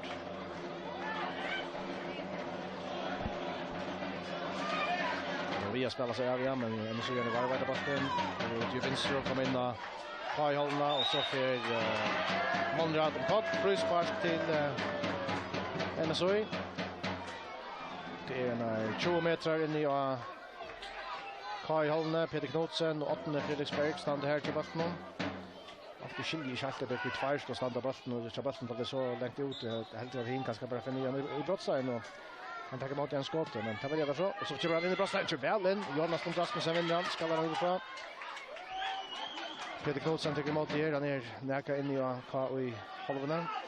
Vi har regat sig truppläggar, det gör så nu, och så får på Tatskar han har skatt som kort, och de har blivit ett gott kors till Magnus Olsen, David Eisner. Första goda kors i det. Det är hampliga fysiska dyster, men det känner jag gjort tacklingar eller mega tydligt. Första goda kors till Magnus Olsen, och det med söna första utskiftning ut för Jalkrum efter och inför att komma Kevin Flackstein. Det så är det nu NSOI för att skifta ut. Peter Knudsen för ut. En chamber så han spelar då NSOI-lägaren Hackne Masse.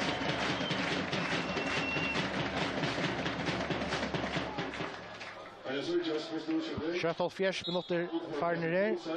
Framvis 0-0 i mitten NSOI och KI. KI är frysparkteckar hålla. Han lyfter ner i brottstegen till NSOI.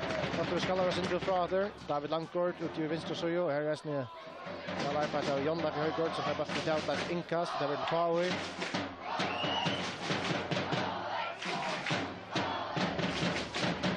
Kastar var stått till Isak Simonsen. Han varvade bollen, kan kanske få en inlägg. Nej, stått till Hejen, Flackstein. Så det blir jag ut i vänster. Den har fått bollen ett inlägg. Det kommer här, det kommer väl in i brottstegen. Sparskar fra Per Langford. Det är inkast till KI. Han är 15-20 meter in i den så i hållen ut i vänster så.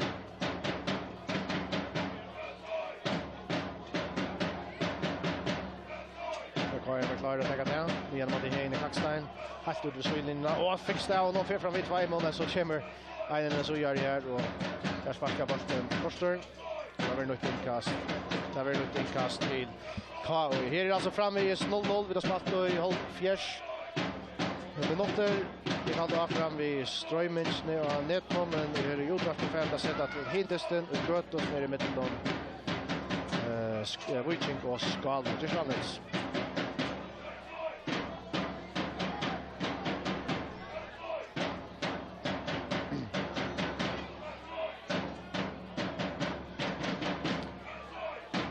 Så gärna en bit av klockan och spel över huvud näka spänningar kommer och det så ska det vara mål det ska vara nu.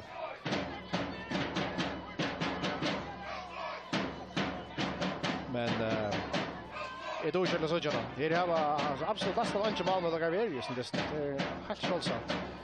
Jag har först måste farna för mål var ju haft en avgörning.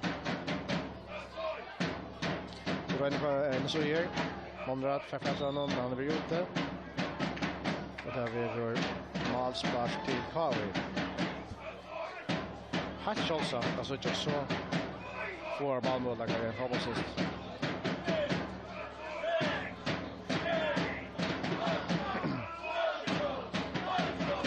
Men det här är ju för Kari första stället dystern över upprycknas så nice.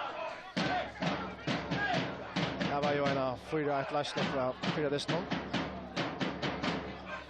Magnus Sörmånder från honom. Tor Justsen till Potletsker. Åter till Tor. Ja så, jag hade en så gör det för Fredriksson, ja. Paul Johannes. Högna massen. Ja, så kommer det sitta för gång där. Jan Jakobsen ut Jan Leif, så kommer han vid inlägg då, men här i röntgen utan Christian Johansson och ja, det är skott för KM över den här som bollen ska han lofta och hålla handskar. Nej, latterbollen blir att ta väl helt där. Ja, så att han tog med att han ju skott där kommer men han gav det en rösa över fyra utan hinner det stå på spalt in mot den så men han så loftade det nästa men det satt där. Det kommer väl fyra. Paul Johannes utfra. Ska man komma vid någon nytt inlägg åt Fredriksberg. Vi ser lycka väl. Och så är Vanda Beach.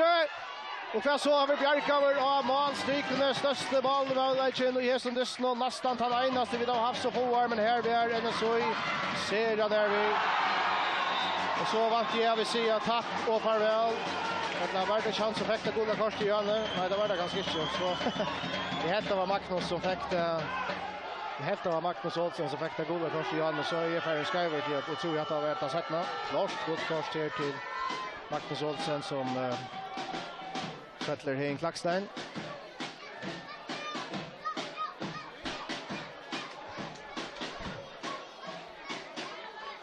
Det var några en låt och en hej kommer av en jätter.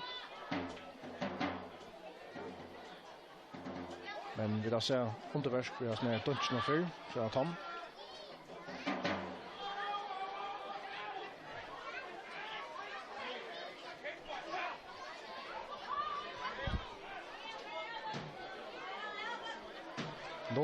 Fyra och fjärde minuter farner. Det är grundsegel det är 26 halv luccio. Det är 26 halv luccio.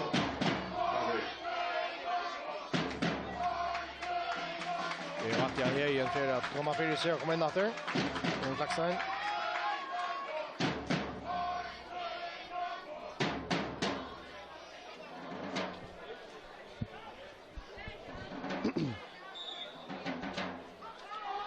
Hinodiston och i Göto som börjar i klockan 6. Här är spänning i Diston. Här är stövan 1-1 i mitten Viking och Skala. Svennes och Jörner, 8 Fredriksberg. Du måste Sörmåde Karlsson, Per Fravi Sörmåde. Per Fravi, Jonas Flint Rasmussen Eisnes. Så sitter vi 8 som man lägger tyst på han kan köra. Och han finner vidare och här skulle det kanske vara 1-0 till NSOI. Högt i massen, helt flotterande botten. Lätt upp på mål. Så inte lägga mer till 8 Fredriksberg. Jag var över till vänster för vi två mot spelare runt.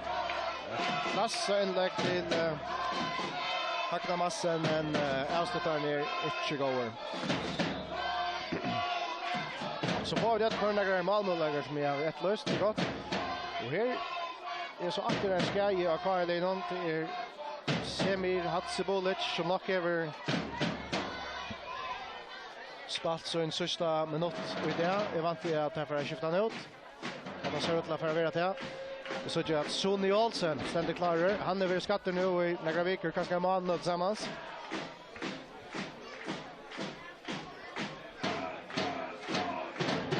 Gott så.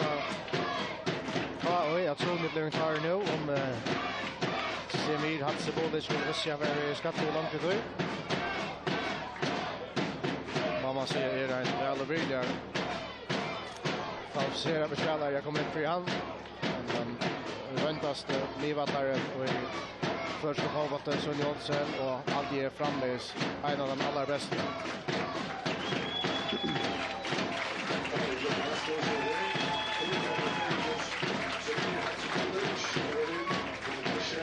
Det handlar nu skiftningen fram. Det kommer målsparken från Christian Johansson. Framvis 0-0 där. Mellan NSOI och KOI. Men NSOI har haft förhandliga stora målmålläggare här och i satta halvläge och en dystur. Det har varit väldigt läckert målmålläggare. Monrad ut till 8 Fredriksberg. Det var det, og vi har sør mot dette her. Her alltid godt fra Atma som alltid er veldig vakna her. Satt noen leger, finner så Magnus. Og så er det alltid nær vi, kjønner så i. Bøtten kommer inn 4, men vi så litt akkurat opp på malet. Det visste jeg var oppskriften med bøttene, kjønner så i. Det skulle høytene kva i til å få bøtten ut til Vansjen her ute i venstre og Atma Fredriksberg.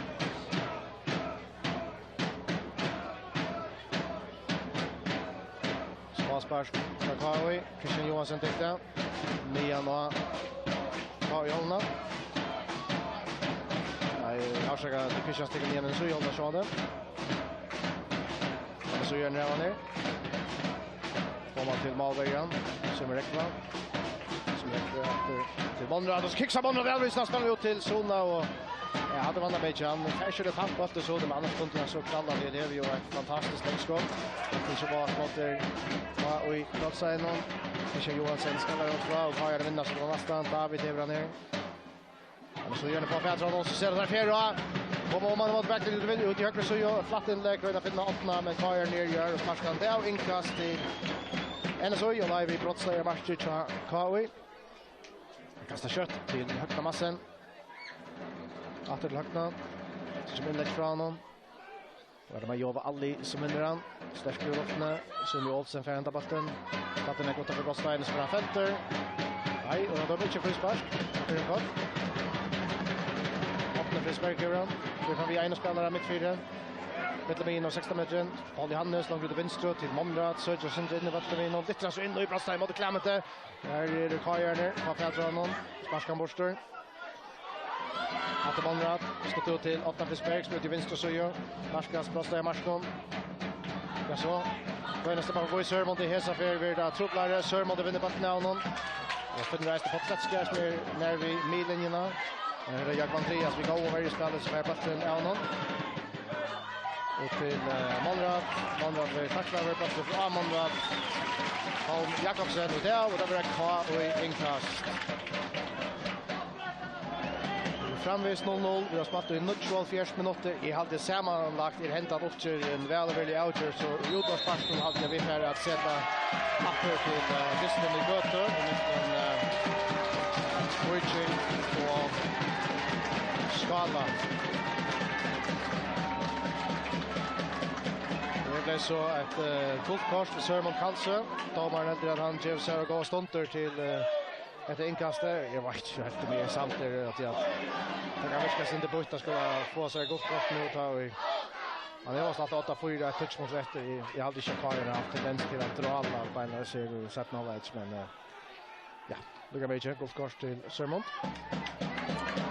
Så bakker for down mallinjene, så der er malspark til NSOI.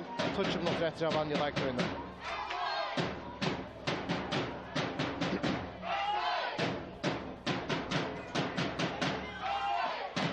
Johannes Kristinsen er her. Så er det til Magnus Olsen. Til Åtna Fredriksberg.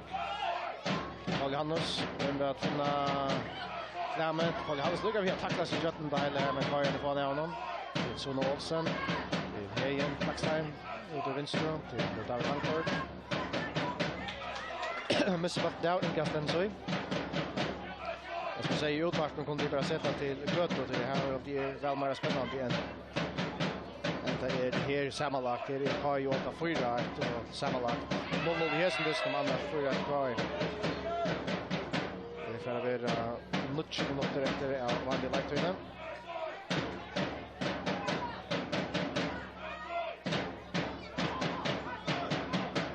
Det är Monrad Holm Jakobsen här ute i venstre side, misser bakken. Sørmonter med veien.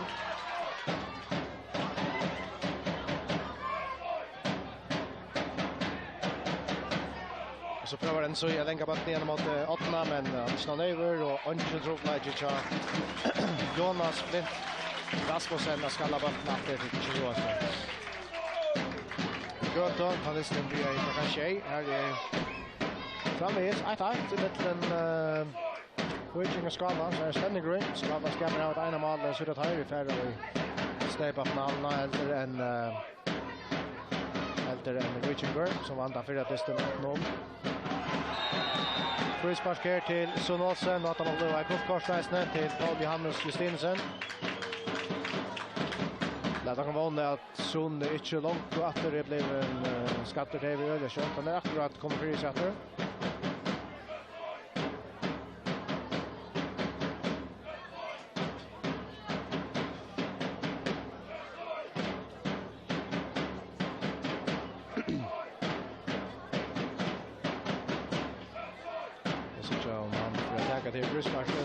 Så har vi ju på helt gott ut. Ja, det här är sant och snorsk sova ända så gör ni. Sör mot Karlsson. Gör det. Kan så inlägg från honom. Och så sitter domarna bollen över ute och till Masparsk.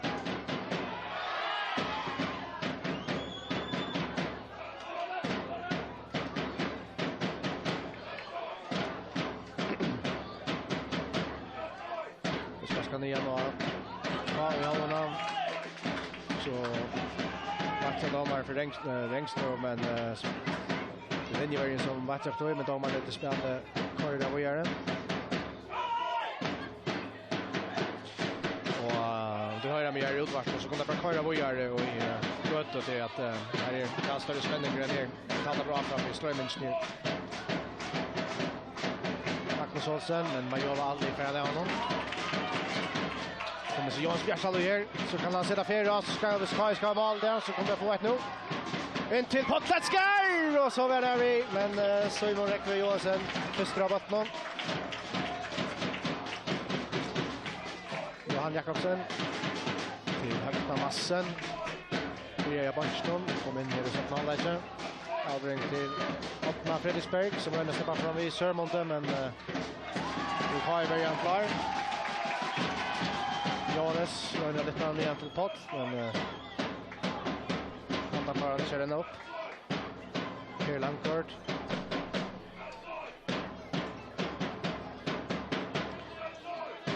Stopp till Per. Monrad. Allt är väl inne vid akkurat som är det väl och vilja avgörst. Och då ska vi lägga så kan man få en moralsk kansil på sjurdes nedest någon. Man ska sälja det vi gott China Soy som gjorde under avsmörd av K och i två med destom. Det ska vi gott cha time och kanske sälja sannolikt att prisa där var rätt att det hade jag hårt att om det skulle 0-0 där det var gjort. Jag hade sälja fysiska planen här där vi där var jag vet inte att det ser trösta på samma mata som där gör på i innebandet som har tappat först 4-1 i steppar så 4-0 i danskapen i Klaxvik. Det är där ströst att man vinner Jetman. En målmöjlighet har inte varit näktigt. Det synd att se. Så urskiftning. Och där vi gör Magnus Olsen ska det upp. Så in kommer Jan Marsten Morstensen. Allt är kvar och jag är snabbt att främja syna systerskifting. Jag ser så det ut. Arden eller så kan täcka dispatcher. Då ska Johannes Bjärsalo och in ska Nils Paul Danielsen.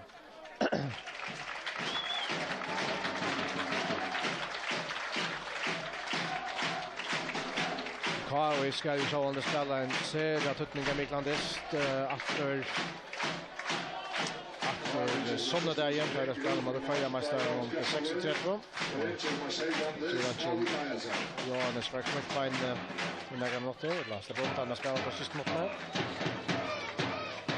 Ottmar Fredriksberg kan ta frispark för Ennesøy. Ennesøy nu var flott fitta patch in i Kajbrottsaren. Jag var alldeles inlägg från honom. Han färdas åter här. Rasmussen. Och bara för det. Ja, vi då Ingast kvar.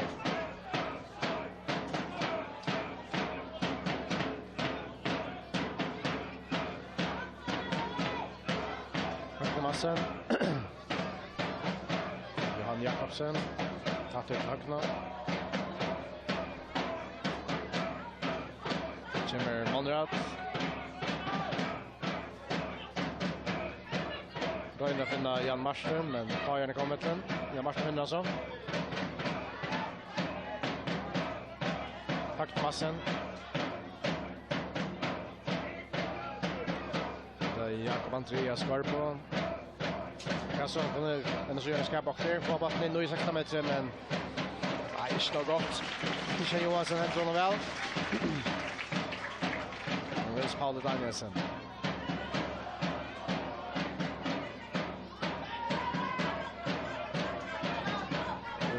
Tack för det. Framvis 0-0 mellan KOI och NSOI. Tar vi KOI och det Anna Steypið finalen i Antja det var stod toy. Det är bara 5 minuter efter av vanliga like-toyne och jag vant att det vi får några mål just nu just någon här har vi så öliga bajer målmöjligheter. Hur ska säga att här ska vara här är det så jag haft. Det är hampen där vi förfärder. Så ska det lägga nu i Hálvfinaludystur. Kajan ska vara frater för att lägga massan så provar jag att skåta den här för att touch med så in i målen. Allt om jag minns så hade jag inte att första Christian Johansson ettla så in Rekli Hansen målvärden här. Jag har haft enaste bjärging i dystur. Det är äckliga chanser. Jag har nästan spalt i 5 minuter. Framvis 0-0.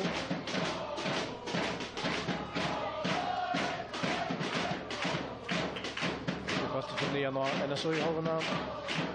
Paul Johannes Everan spelar Miverian till Landgård och in i Ektenbrottsa i regelsuren. Och man är vänster till Monrad. Långt fram till 8, att till Monrad. Att till 8. Så jag tackar över en Kajan. Bättre till 8, 9 mot i Holmen. Kajan på han. Nils Paul. Att till Sömmet Halse. Och han räkar skott av väl. Så brut. Inkast NSOI. 1 minut efter vanliga läktunnen. Lite nya mot Brottsteinen, men jag var aldrig i sparkarna för det var att det är nytt inkast NSOI. Kasta till Högna Massen. Högna om han till 8 Fredriksberg. Så är det in mot Brottsteinen. Men att det var Paul Johannes så så och han får akkurat vi så inne av målen fotboll och ber från NSOI så väl luggar vi att där. Låt oss göra 1-0 nu stått för i lag och gaspaft av NSOI. 0-0, nu är nattgast att 5 minuter i spalter. Loa och Askura Fjälten, Chakawai, överraskar upp och klappar för Sönonlien. Vet vad som att det är KOI som är i finalen om Løgmanssteypið. Så skuddet det blått konfetti upp i luften här. Då har man lagt 5 minuter att rätt. Allt vi kan lycka 5 minuter och vi sätta Etla kanske låta dem helt skifta det Nils för att ta en 20 minuter här i gott i utvarsen och kommer vi efter stopp för dystur ner lever. Det bara skifta nu. Det är så in någon kör vi tjovande vidare. Har jag nu en sån alldeles gång Per Landgård.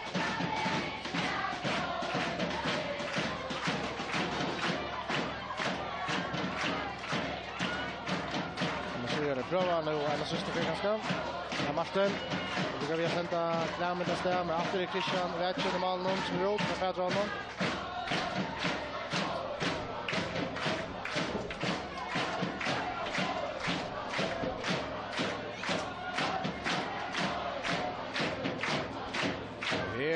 Väldigt fira KOI är vi och i finalerna. Lars Warner stand upp och hoppa och syncha.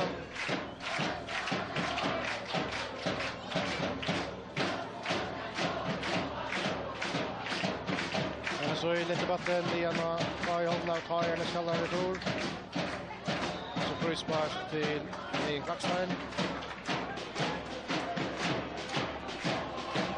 Sonny Olsen ska lägga det.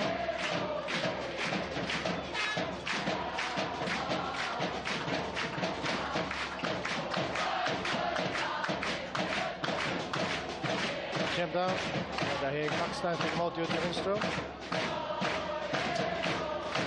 Och bara för det och det blir målspark till NSOI.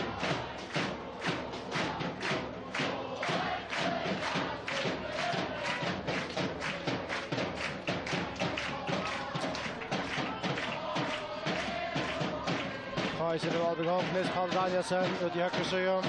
Långt fram till Sörmo Karlsson, Kimona backlinna, för in I 16 metern. Och vinner ett hotmasspark, Paul Johannes kommer där.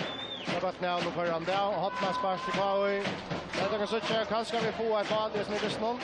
Koi har faktiskt en som välja målmöjlighet att gå I snedden. Så det är sagt, det har varit fullt kammare och då är det inte svårt där.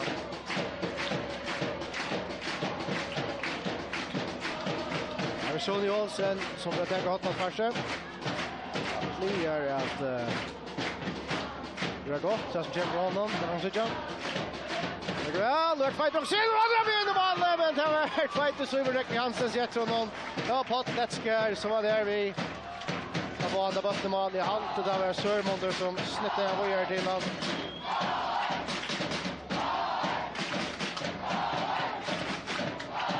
Det är väl den ju tröjorna som domar lagt att träd. Han lägger 5-3 I halvtid trutcher I Karner. 2 minuter så K.O.I. Steypa finalen. Det första fel I Rekvar. Och I halvtid att det framvis 1-1 gott då I mitten. Så bra där är shot. Frispark ger bollen på Tetsker som är 16 meter. Skjuter! Och det lyckas vi att skåra. Han får 1 meter ett lopp och så var det vi så när jag stod nu. Här skulle på Tetsker. Verkligen slida fast. Öliga där vi att han skårar här för Koi.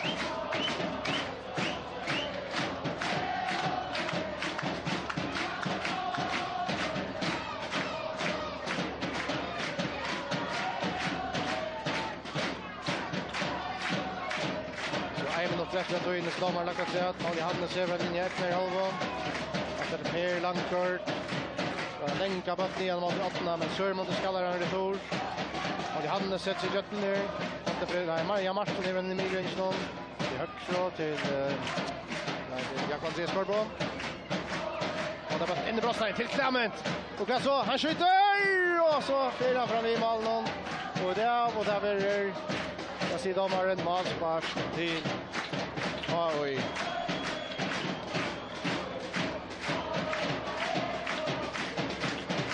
Målspark till Koi. Andja Leiktojen. Fyra över affären. Förra löta. Och det här för att man vill säga att Koi I finalen om Løgmanssteypið. Och här bruksna I domaren. Koi I finalen om Løgmanssteypið. Dysturen entar 1-0. Ja, 0-0 skulle jag säga. Dysturen entar 0-0. Och här vi K.O.I. finalen om Løgmanssteypið. I utvarslån för att vi nu har sett till Köto här och I Vojtjikor och K.O.I. spelar just Rallnitz.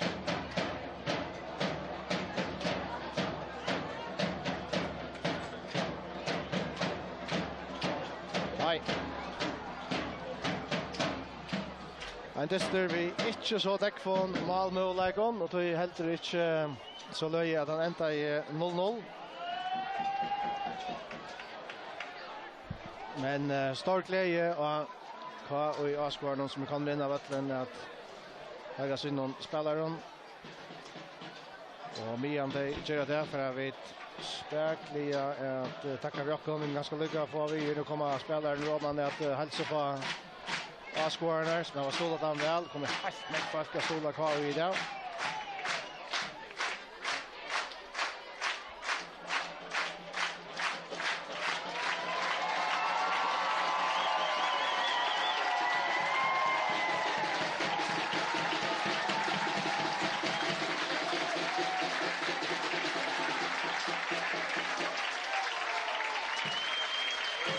Goa kappingar har I K.O.I. heldur fram. Her vi Steypa-finalen, her vi Åttali og I F-finalen. Og satt I kveld, så har vi da finnet av. Det motstående I at han vil I finalen, om det vil Vojtjikor eller skada. Det til å strømme at han dyster.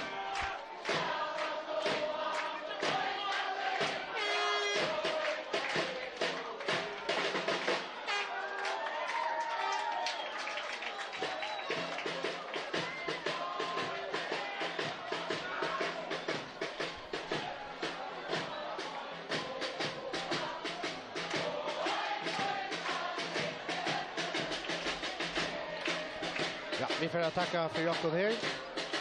Hans Erik Danielsen har stått handan kameran och Leivor Fredriksen har sagt från Dysnon. Vi tackar för Jakob.